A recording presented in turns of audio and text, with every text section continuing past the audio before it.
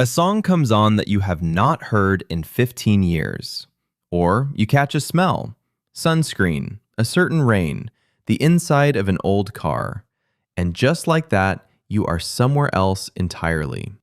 A summer that felt endless. A bedroom that no longer exists. People you have not spoken to in a decade. And here is the strange part.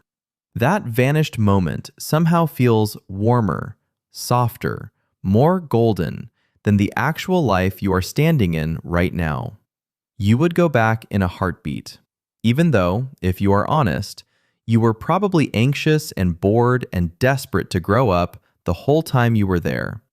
So why does the past glow like that?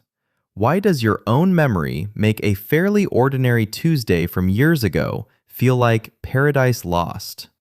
The answer is a little unsettling, because that golden past is partly a beautiful lie your brain is telling you.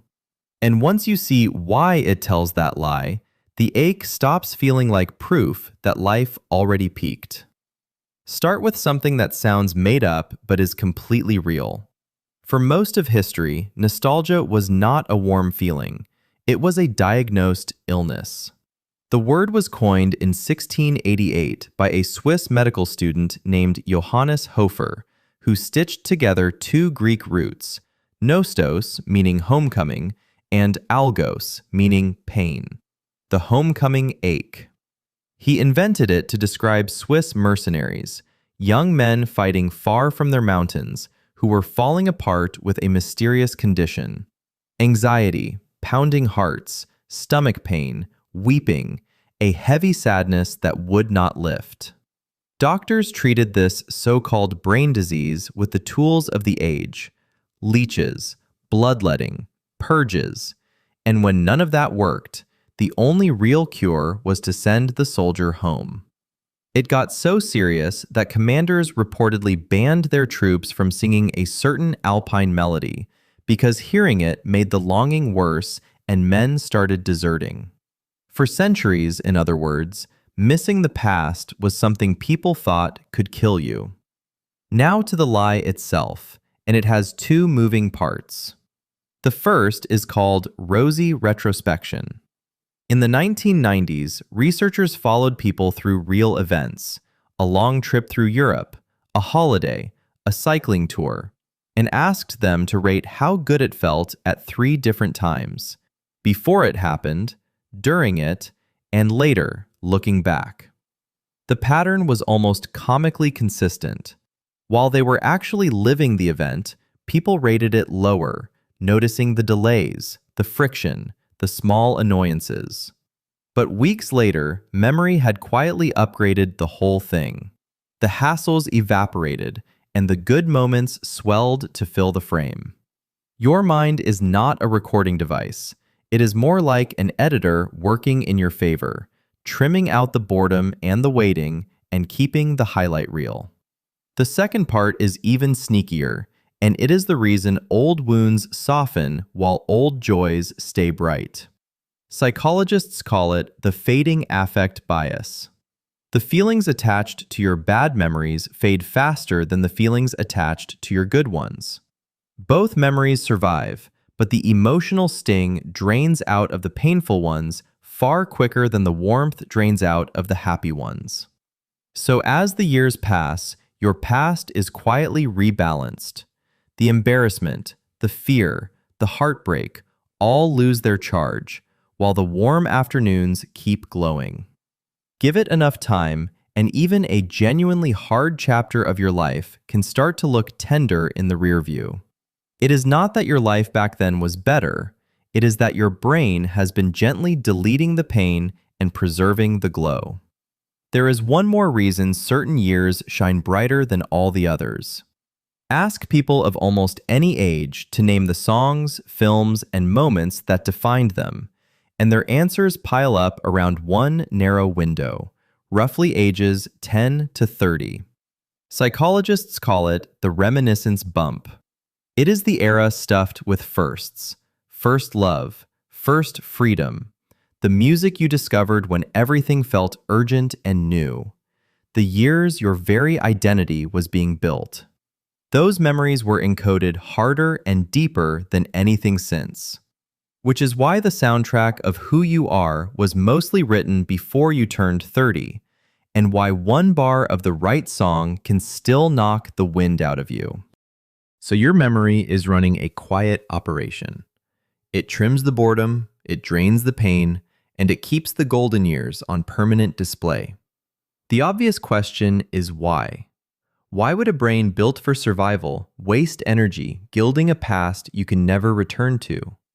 For a long time, science treated nostalgia the way Hofer did, as a weakness, a kind of malfunction, a person stuck facing backward instead of getting on with life. Then, researchers actually started testing what nostalgia does to people, and the picture flipped completely. Here is what they found. Nostalgia is not a bug. It is a tool, and it switches on exactly when you need it. In study after study, the feeling was triggered by the cold states: loneliness, boredom, feeling adrift, a day where nothing seems to mean much. And when nostalgia arrives, it goes to work against precisely those states. People nudged into reminiscing report feeling less lonely and more connected to others.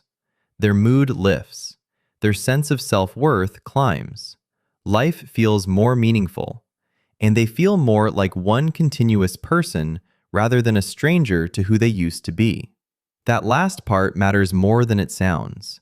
When the present feels unstable and you no longer recognize your own life, a vivid memory of who you were is a way of reminding yourself, quietly, that you are still you. You can even watch this happen in a lab.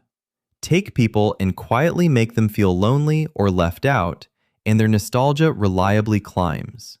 Notice what it reaches for, too. Not old objects or dusty possessions, but people, faces. The family, the friends, the person who once made you feel like you belonged somewhere. Nostalgia is less a museum of things and more a Rolodex of everyone who ever made you feel safe, pulled out at the precise moment you feel alone. That is why it tends to arrive late at night, or in a new city where you know no one, or in the quiet after a loss.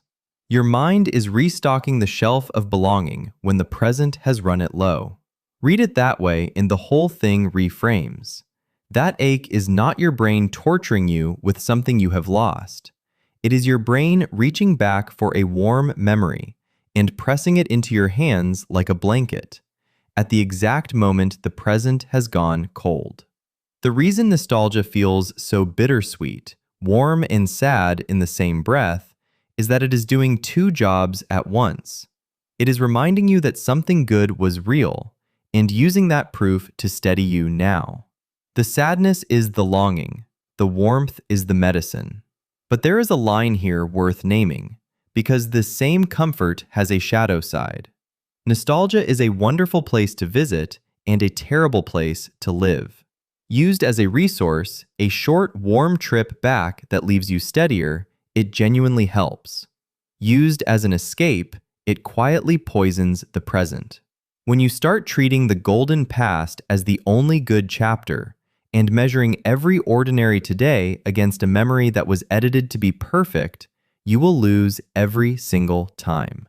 Because you are not comparing your life to the past. You are comparing it to a highlight reel with all the boredom cut out. The trick is to let nostalgia warm you without letting it convince you that the best is already behind you.